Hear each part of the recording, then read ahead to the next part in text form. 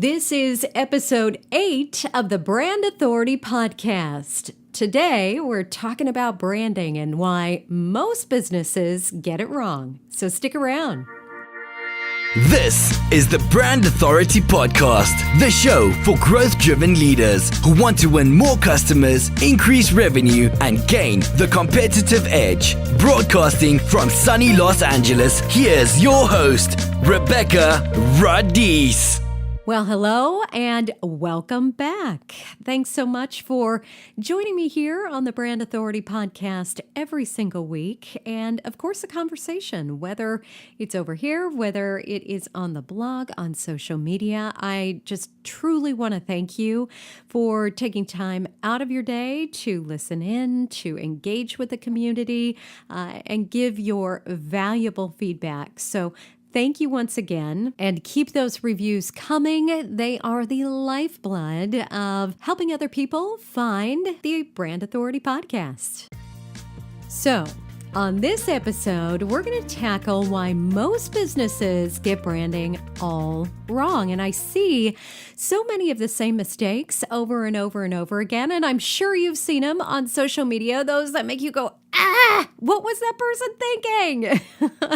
And so, yes, this is a huge topic, and we could spend weeks and weeks and weeks on it. Instead, I've whittled it down to just a few incredibly important details that I want to talk about. They're mistakes that I see recurring themes over and over and over again. Things like no clearly defined brand, a hit or miss social media strategy, no social media voice. And all of these are critical to you connecting with the right audience. So here we go. Let's dive in and talk about how to nail your branding and stop making those mistakes that crush your positive momentum.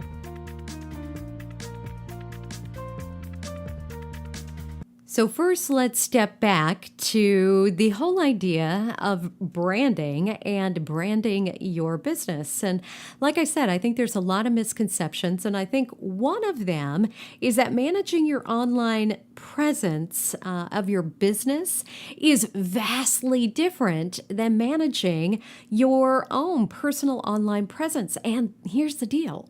The good news is that there are so many similarities. It's very, very similar in how you're going to go about managing your day-to-day conversations, how you're going to go about managing your content. And the reality is that each one, both your business and your online, your personal brand, requires that you get actively engaged, that you eagerly listen to conversations being had around your company or your personal brand. And then they really require that you react and respond in real time. Just think about it. When was the last time you reached out to a brand? So let's say you were frustrated and you reached out to their customer support on Twitter and you asked a question. Well, data suggests that we want a response, or we actually require a response within an hour. How crazy is that? Times have definitely changed, haven't they? Since when we had to pick up a phone or we sent an email. Now we can just tweet a company and get a response. And the same is true for you. The same is true from your personal profiles to your actual company, that we want a response. We want you to be interactive. We want you to be engaged. And yes, we are judging you based off of the time you take to get back to us. And we also judge you based off of what you say, and more importantly, what you don't say. And all of this plays a heavy role into how your brand and your branding around your business is perceived. So if you've struggled to build your brand online, build your company presence, if you've really struggled in nailing down what your brand looks like, what they sound like, I'm going to give you a few key elements that you're missing. So number one is a clearly defined brand. So your personal brand, as well as your company, it conveys that message I was just talking about. It conveys that message to your potential customers. It's that image that connects potential buyers or users with your product or your service.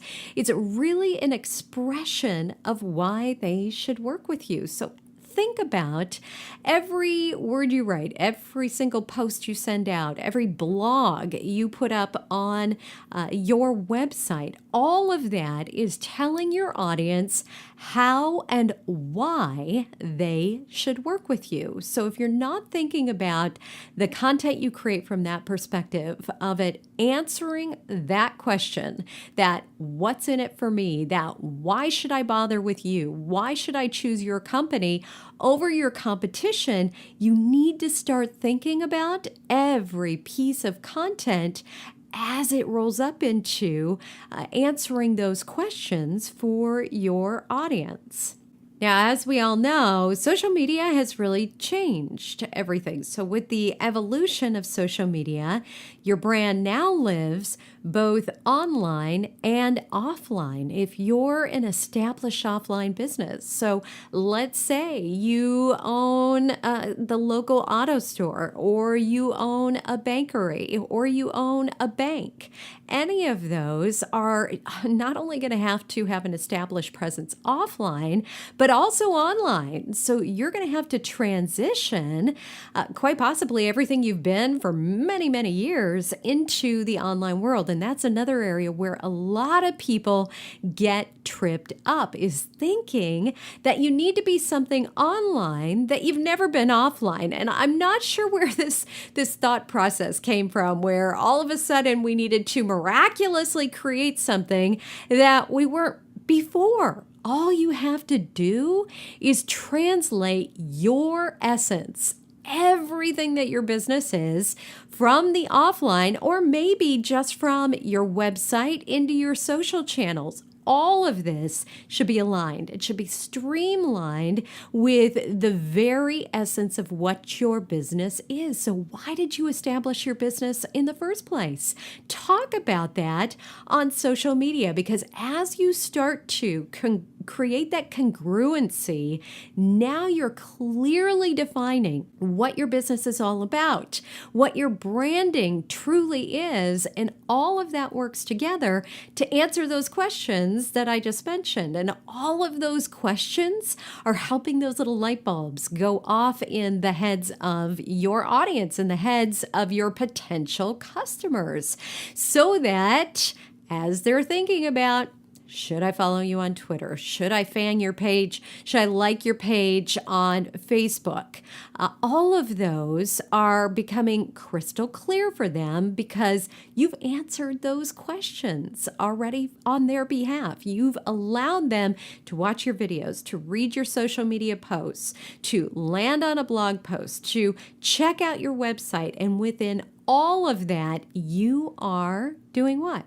You're breaking down the barriers. You're allowing them to get to know you. You're helping them self-select. So just automatically make that decision on their own and purchase your product, or download that product, or go ahead and sign up for your course. There's so many different things that you're asking your audience to do. And really the key comes down to clearly defining what it is you do, who you help, and how you help. So what you want to think about within your social media strategy is, what is your ultimate goal? What are you looking to achieve or get out of social media? It could be engagement. Maybe it's brand awareness. You want to reach a larger audience. So you want to step into a market maybe you've never been in and really build awareness around what you do. Or maybe it's sales, or all of the above. And more than likely, it's a combination of everything I just mentioned. But the important part is that within your social media strategy, you have determined what benefits you're looking to get out of social media. And then you're thinking about how you can use social media to amplify and create results around that goal. So maybe it's engagement, the brand awareness, maybe it's sales, But all of your efforts are going to circle around that so that you're increasing those conversions. Maybe you're increasing the conversation rate, but you know exactly what you're trying to achieve. And then you're going to know exactly what you're doing on a daily basis that's supporting those goals so that you can track. You can actually track what you're doing and actually see that, wow, all of those little daily things you're doing consistently have added up into new clients, new users for your app, new downloads for your brand new ebook. Whatever you're trying to gain out of social media, just make sure you've got a strategy behind it. Next up is that you're probably missing your social media voice. So first and foremost, when you're finding your voice and trying to really get a flow going behind everything that you're posting, it really entails knowing who you are, what unique abilities you bring to the table, and back to what I talked about previously, which is why should people hire you? Why should people buy from you? Why should people listen to you? Why should people click on that button to view your latest video? If you don't know why people should do any of those things, certainly you can't expect your audience to. So as you think about what is my tone of voice, what is my speech pattern or my languaging, those words that I'm using, you really have to get to the heart of the matter.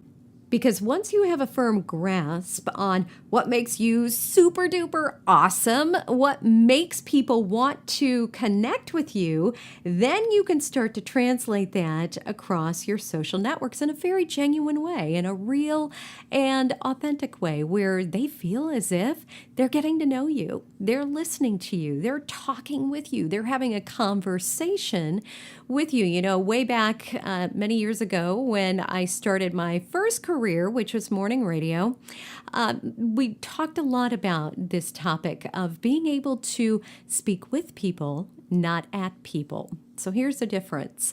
I am talking to my girlfriend, Deborah, and we are having this most amazing conversation, and we are just chatting back and forth, back and forth. It's like a tennis match, as opposed to me speaking at Deborah, where I am just telling her what she's going to do or what I did in my day or how we're going to do something. And I'm not expecting for that banter. I'm not expecting us to chat back and forth or for her to give me her thoughts or her feedback. So that's the big difference in how to nail down your voice and create a conversation around your topic with an audience that's looking to engage with you.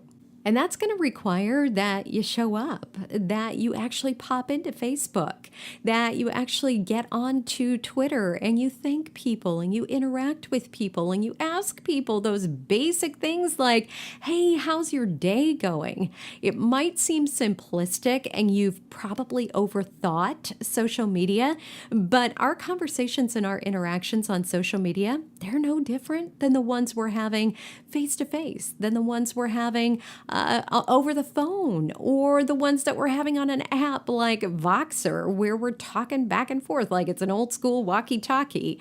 So many different ways we're having conversations these days, but they're all the same. We all want to make a human connection. So really what I want you to take away from that is that you never want to forget that social media, it's all about being social, right? We're all social butterflies as soon as we jump online. Even if you're the most introverted person, you can get on social media and you can start chatting away just by typing on your keyboard. And the quickest way, as I said, that I know how to get yourself into the conversation, to find your social media voice, to really get yourself in the groove of being valuable to your audience is to get involved and start that conversation. Now, if you're a little confused as to where to start with that. You can use Twitter lists to start to get involved in the conversation. You can monitor hashtags with tools like Sprout Social. So it's very, very easy to just jump in, go to your notifications, and start responding to people. You can also do a little bit of research. You can look at your competition or learn from the best within your industry. There's just so many different ways. You can learn from people that are doing great things. They're sharing great content. They're interacting with their audience. And you can really start to understand why their audience is responding so positively towards their content. Like I said, I think sometimes too many times we overthink and we make social media brain surgery when it really does come down to your commitment to getting involved with your audience. And last but not least, let's talk about the elephant in the room, that topic that not very many people like to talk about, especially marketers, because it's uncomfortable and it just makes you feel kind of yucky inside. But it's, to me, at the core of what's going on with your brand and with your business. And it's very likely the reason why your branding and your message and your voice and everything else we've talked about isn't connecting with your audience. And it's because marketing your business is tied up into your mental and your emotional beliefs. Now, these are beliefs about what you deserve. So happiness, freedom in your business, influence, whatever you're searching for on the positive side. And then what your beliefs are about what you don't deserve. And these are what we call self-limiting beliefs because they're not true, but they're just limiting us in what we're able to do. And so that could be that you don't truly believe you deserve success or to be wealthy or to have a thriving business that earns you money while you're sleeping. All of those amazing things and those amazing reasons why you started your business in the first place. So if you want people to start connecting with your brand, you want people to start interacting with your business, trust your business, understand what your business is all about, you're going to have to make some adjustments in your beliefs. So what does this look like? Well, first of all, you're going to have to turn all of those I can't, I shouldn't, I won't into I can, I do, and I will. Now, I have been working with business owners, entrepreneurs, speakers, authors, people just like you building their business for well over 10 years. I've actually been an entrepreneur for 20 years. And started my blog back in 2004. And I want to share with you just a little story that'll maybe put these self-limiting beliefs, these ideas that we get stuck in our head, into perspective for you. So let's just say you come to me and you've been blogging for a few years and you're looking for help with your content marketing. You're looking for help in really identifying what your message is, the tone, the flow, putting together an entire plan. And a part of that plan is you want to start using more video within your business. But as we start to talk, it's really evident that fear has been holding you back. You are afraid to put yourself out there and you're thinking to yourself, well, I've been a blogger for several years and I'm doing pretty good. I'm starting to gain traction, but will my message translate from that text base, so writing and people reading, to a whole new medium? After all, people have been reading your content, not listening to it. And you think to yourself, What if they think your voice is annoying or you stumble around and you can't get a complete sentence out? There's so many crazy things we tell ourselves, right? So many limiting beliefs that hold us back. And unfortunately, this translates into your marketing. It translates into your branding where you might come off as maybe unsure or not confident enough. And that breaks down trust in your brand.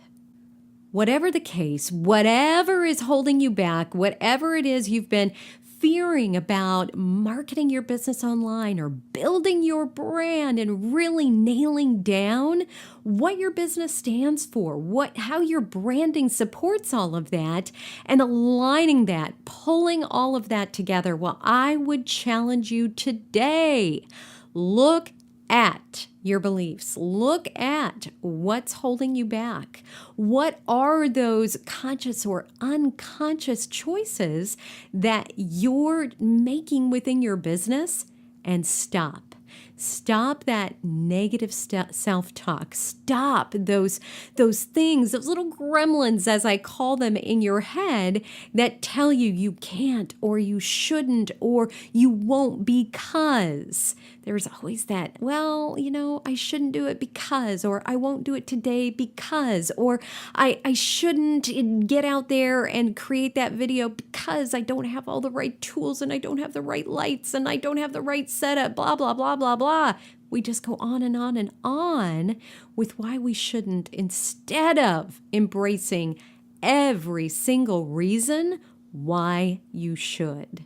So I'm going to leave it on that note today and challenge you to look at, from your audience's perspective, why aren't they connecting with your branding? Why aren't they purchasing from your business?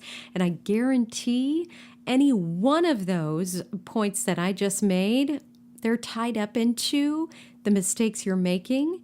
But the great news is you can easily correct those. You can look at everything we've talked about here today and put a strategy in place. You can find your voice. You can find your flow, that groove that you've been so desperately trying to find.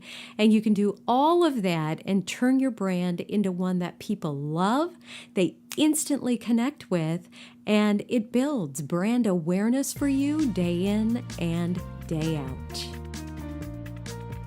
So there you have it, a handful of ways of what you can stop doing. So why businesses are getting branding and building their business on social media all wrong, and what you can actually do about it. What steps you can take to perfect your business and your branding and really own the brain cells of your audience online. Thanks for listening to the Brand Authority Podcast. I want to give you a few very helpful tips that after today's episode, I know that you're going to love. First of all, if you haven't already downloaded your copy of my daily social media checklist, you can find that in the show notes. It's just a great way for you to stay on track and focused on what you are posting every single day to build a brand, and it allows you to really focus your energy and attention on the right actions so you're creating that consistency that we talked so much about. I've also included any other resources I mentioned in the show notes and then also over on the blog. Now, if you have a question or a topic you would love me to focus on in an upcoming episode, I would love to hear from you. Just email me and my team at marketing@RebekahRadice.com. Until next time, have fun building a business and a brand that makes you leap out of bed with energy and enthusiasm because you love what you're doing. I'll see you soon.